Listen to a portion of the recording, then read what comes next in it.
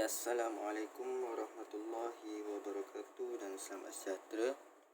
Kita kembali lagi dalam Matematik Moden tingkatan 4 KSSM bab 9 kebarangkalian peristiwa berkabung. Jadi dalam video kali ini kita akan membincangkan subtopik yang terakhir dalam bab 9 iaitu aplikasi kebarangkalian peristiwa berkabung. Jadi dalam bab ini kita kena tahu macam mana kita nak faham soalan dan apa tindakan seterusnya. Jadi kita tengok dulu contoh yang pertama macam mana. Contoh yang pertama, ini contoh pertama. Sebiji dadu dilambung 2 kali berturut-turut. Jika uji kaji ini dijalankan sebanyak 540 kali, berapa kalikah sekurang-kurangnya satu nombor kuasa sempurna akan diperoleh? Jadi apa yang perlu kita buat? Kita ambil dulu maklumat. Dia cakap uji kaji ini sebiji dadu dilambung 2 kali. Dan uji kaji sebanyak 540 kali. Berapa kalikah sekurang-kurangnya satu nombor kuasa 2 sempurna akan diperoleh? Okey. Kena faham. Yang pertama yang kita kena buat, kalau saya ikut cara saya akan terus tengok dia punya kebarangkalian. Okey, kebarangkalian pertama adalah kita dapat satu nombor kuasa 2 sempurna. Kuasa 2 sempurna iaitu 1, 2. Kalau ikutkan dadu angka dia ada 6, maknanya ini ada dia punya kebarangkalian adalah 2/6. Betul? 2/6. Jadi tindakan seterusnya, kebarangkalian, contoh kita ambil dadu, kita lempar sekali. Kebarangkalian untuk kita dapat satu adalah apa yang kita panggil sebagai satu nombor kuasa 2 sempurna. Ini adalah kebarangkalian pertama dan kita akan tandakan dia sebagai K. Okey, kebarangkalian yang kedua adalah kita tak dapat nombor kuasa 2 sempurna. Contohnya kita dapat 3, 4, 5, 6. Okey, kita letak sebagai K prime. Okey, ini dua kebarangkalian. Macam saya cakap tadi, kebarangkalian untuk dapat K ini adalah sebanyak 1/3. Ni kalau kita mudahkan, kita akan dapat 1/3. Dan selebihnya adalah kemungkinan kita tak dapat. Itu sebanyak 2/3. Ini untuk lemparan pertama. Okey, ini lemparan pertama. Saya tulis first. Okey, lemparan pertama. Okey, untuk lemparan kedua, second, kemungkinan dia juga sama. Sama ada kita dapat nombor berikut iaitu nombor kuasa 2 sempurna ataupun kita tak dapat nombor kuasa 2 sempurna. Sama juga untuk yang contoh kita baling yang pertama. Contoh ini dadu, kita baling, kita dapat kuasa 2 sempurna yang pertama. Untuk second, kita baling lagi, kita mungkin dapat kuasa 2 sempurna ataupun kita mungkin tak dapat kuasa 2 sempurna. Itu juga yang ni, kalau kita baling untuk kali yang pertama, kemungkinan dan kita dapat bukan nombor kuasa 2 sempurna. Dan untuk kali kedua kita baling, kita juga mungkin akan dapat kuasa 2 sempurna ataupun bukan kuasa 2 sempurna. Jadi sebelum lebih lanjut, kita selesaikan dia punya kesudahan dahulu. Dia punya kesudahan ataupun ending. Kesudahan. Sorry kalau tak nampak. Okey, kesudahan pertama. Kita dapat, balingan pertama kita dapat nombor kuasa 2 sempurna. Balingan kedua kita dapat nombor kuasa 2 sempurna. Jadi kesudahan dia adalah kuasa 2 sempurna untuk pertama dan untuk yang kedua. Jadi untuk yang kedua sama juga, yang pertama kita baling, kita dapat ni kuasa 2 sempurna, dan yang kedua kita baling, kita tak dapat kuasa 2 sempurna. Sama untuk yang ni juga, kita tak dapat kuasa 2 sempurna dan kita dapat kuasa 2 sempurna. Dan kita yang ni dua-dua kita dah dapat. Dua-dua kita baling, dua-dua kita dapat. Jadi Soalan tadi diminta sekurang-kurangnya satu nombor kuasa 2 sempurna yang diperoleh. Cakap sekurang-kurangnya satu. Kat sini kita dapat 2 kuasa sempurna. Jadi yang ni kita ambil. Yang ni pun kita ambil sebab dia satu, sekurang-kurangnya satu. Ini kita ambil sekurang-kurangnya satu. Ini kita tak ambil. Sebab apa? Sebab dia dua-dua bukan kuasa 2 sempurna. Okey, apa yang selanjutnya lepas kita buat ni? Kita tengok dia punya probability pula, iaitu kebarangkalian. Okey, yang pertama kita balik kebarangkalian untuk dapat kuasa 2 sempurna adalah sebanyak 1/3. Tak dapat adalah 2/3. Sama juga untuk yang kedua, kita baling, kemungkinan untuk dapat adalah 1/3. Kemudian tak dapat 2/3. Okey, kita dah dapat maklumat ni. So kita kena cari dia punya kebarangkalian yang kita dapat sekurang-kurangnya satu ni. Macam mana kita nak buat? Kita kena darab. Untuk dapatkan nilai ni, kita kena darab dua kebarangkalian ini. Okey, kita nak tahu kebarangkalian K adalah sama dengan 1/3 darab 1/3. Kita akan dapat 1/9. Sama juga P K prime 1/3 darab 2/3. Kita akan dapat 2/9. Terus seterusnya P K prime PK kita akan dapat 2/3. Untuk yang ni 2/3 darab 1/3 kita akan dapat 2/9.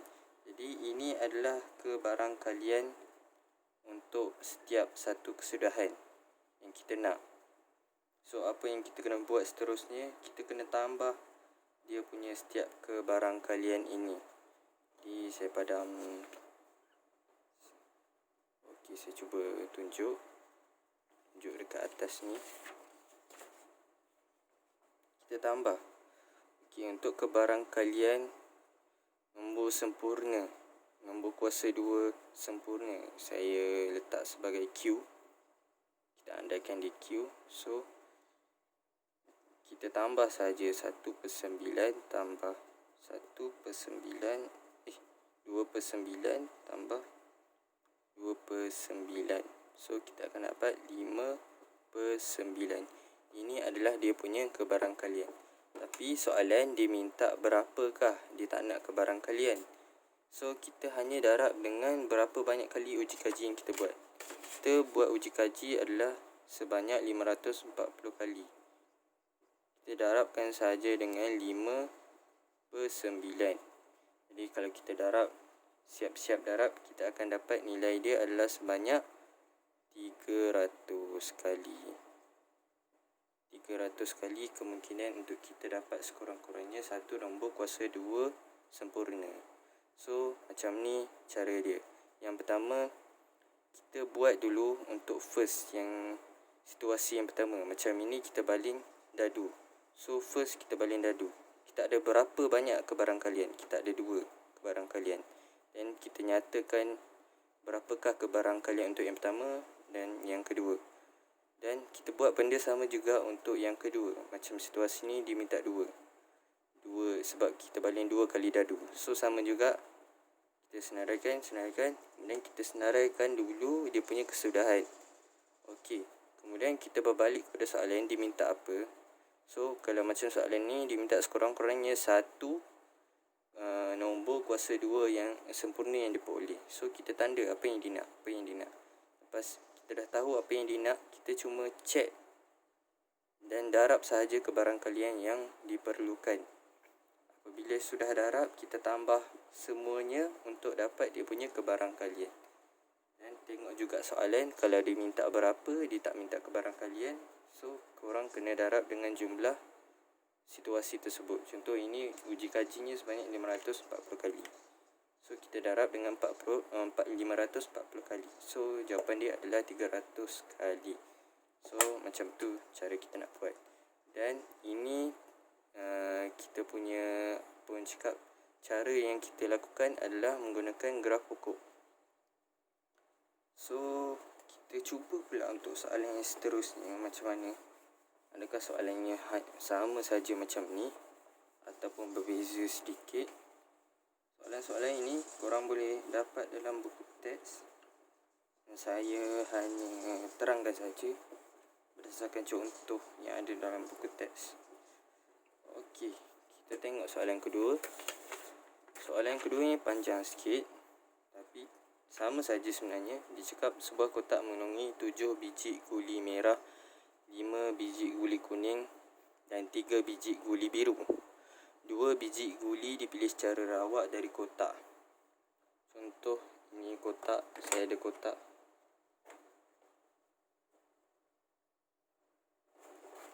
Okey, ini kotak. Andaikan dalam ni ada guli, dan dia cakap kita akan ambil guli dalam kotak ini.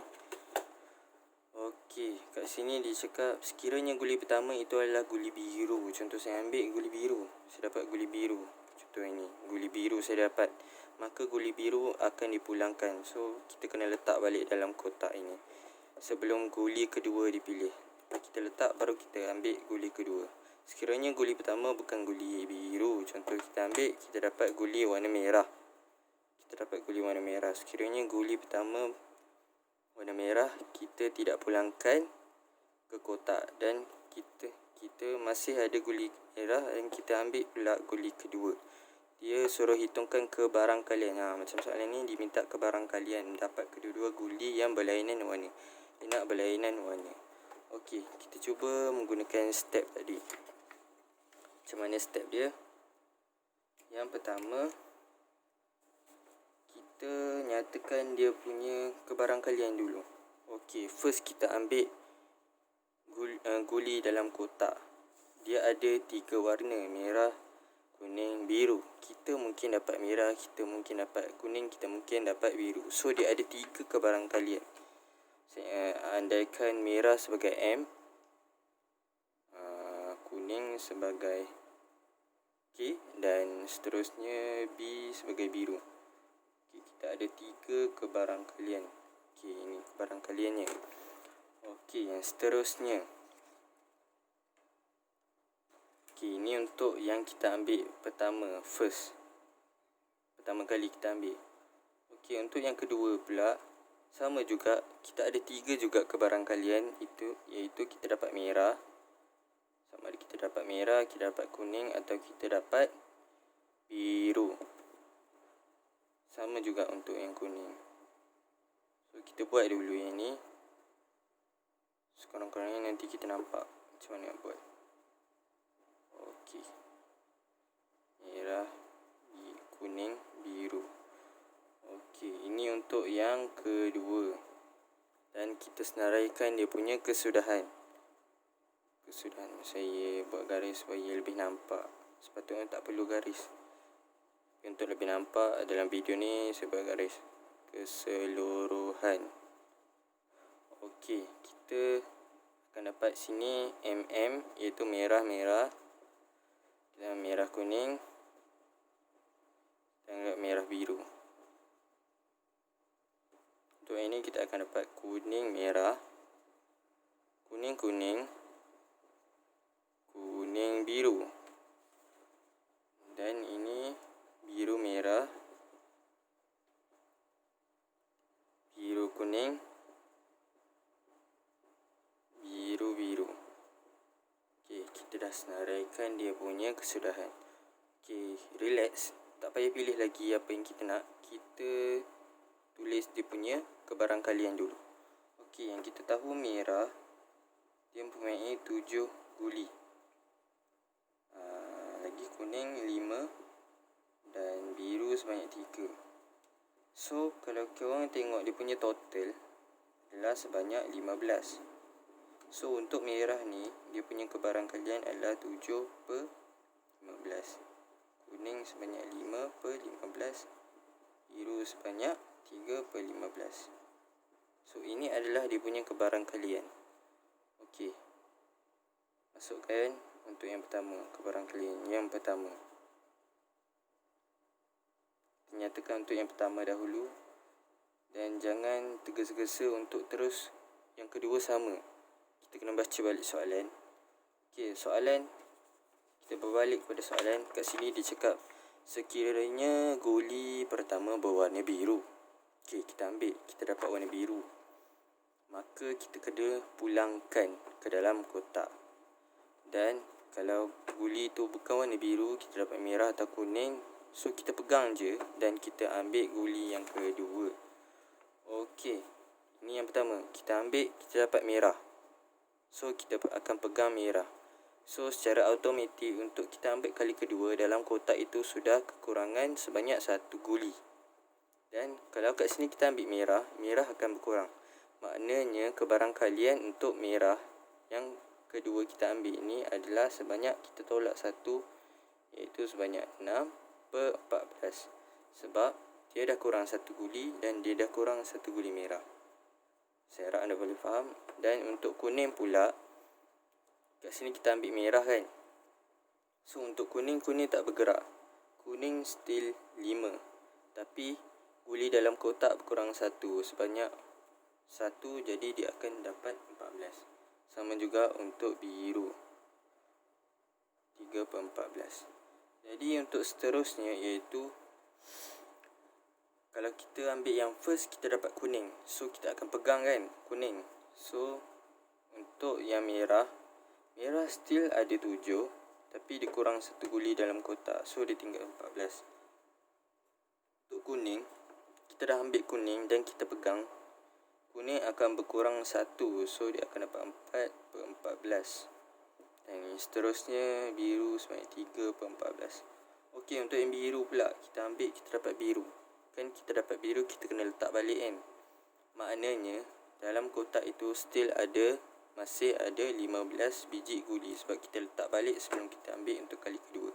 So kebarangkalian dia tidak berubah. Dia akan tetap jadi 7/15, 5/15, 3/15. So kita dah dapat dia punya kebarangkalian. Apa tindakan seterusnya? Jadi kat sini, ni untuk kira kebarangkalian. Saya padam supaya dah boleh nampak jam kira seterusnya. Okey, dia minta sekurang-kurangnya, dia minta kebarangkalian kedua-dua guli berlainan warna. Okey, kita tengok kesudahan. Ini merah. So dia bukan, sebab warna dia sama. Okey, ini warna lain. Merah kuning, merah biru warna lain. Kuning merah warna lain. Kuning kita tak nak. Kuning biru warna lain. Biru merah warna lain. Biru kuning dan biru kita tak nak.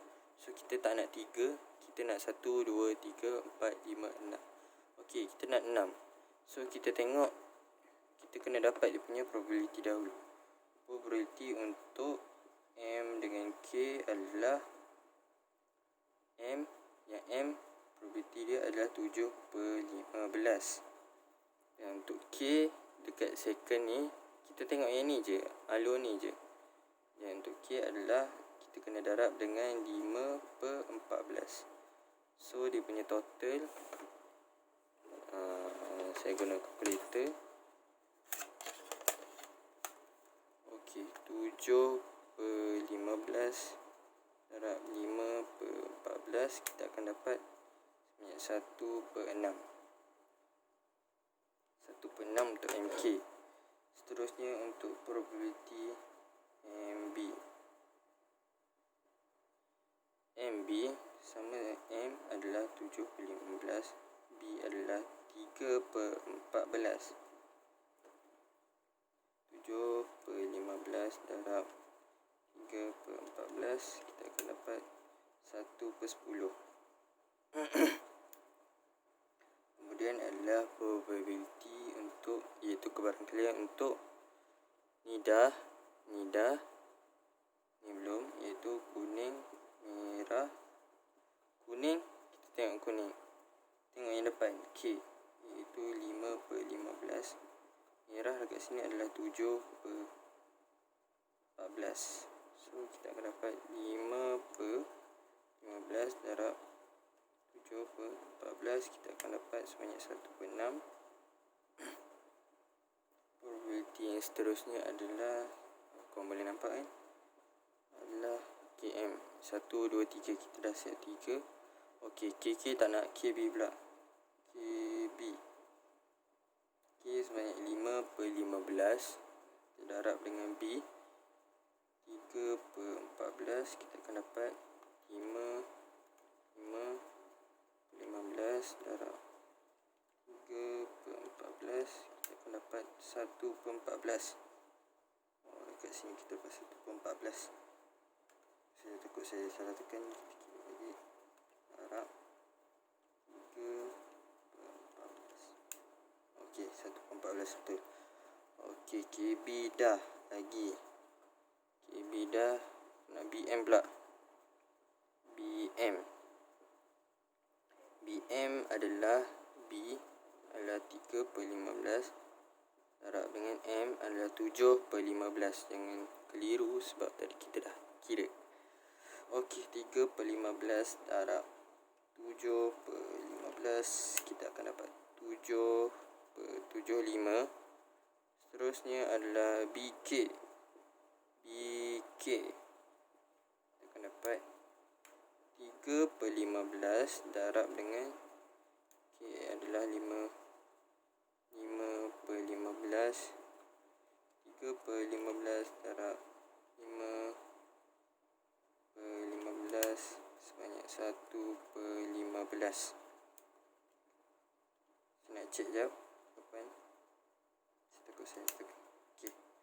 Okey, ini adalah kebarangkalian untuk kesudahan-kesudahan yang kita nakkan. So, apa yang tindakan seterusnya? Kita tambah setiap kebarangkalian kesudahan yang kita nak ini dan kita akan dapat jawapan. Okey, yang pertama iaitu kita tambah. Ini adalah probability yang kita nak. Kebarangkalian mendapat kedua-dua guli yang berlainan warna. Kita andaikan adalah PL. Kita andaikan dia adalah L. Jadi kita tambahkan PMK tambah PMB tambah PKM tambah PKB tambah PBM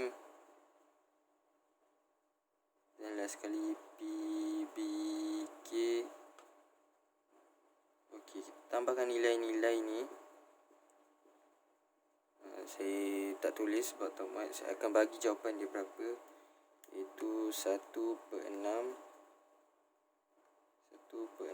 tambah 1/10 tambah 1/6 tambah 1/14 tambah 7/75 tambah 1/15. So, jawapan yang saya dapat adalah sebanyak 349.525. Jadi, ini adalah jawapan dia. Sebab dia minta kebarangkalian, jadi inilah sahaja jawapan dia. Kalau dia minta berapakah, contoh soalan dia minta berapakah kedua-dua guli kita, berapakah nilai untuk mendapat kedua-dua guli yang berlainan warna. Jadi kita kena darab dengan berapa banyak uji kaji yang telah dijalankan. Jadi begitu sahaja cara untuk menjawab soalan-soalan seperti ini. Yang pertama, anda kena faham dia punya soalan, senaraikan apa yang dia nak, kemudian kita fokus dekat dia punya kebarangkalian yang pertama, baru kita balik kepada kedua dan kita tentukan dia punya kesudahan, dan kita baru tentukan dia punya kebarangkalian. Dan akhir sekali kita cuba menjawab soalan dia, iaitu kalau macam soalan ni dia minta kebarangkalian, kita tambah sahaja apa yang dia nak. Jadi itu sahaja untuk video kali ini. Saya harap anda semua faham. InsyaAllah kalau penjomo kita jumpa lagi. Assalamualaikum warahmatullahi wabarakatuh.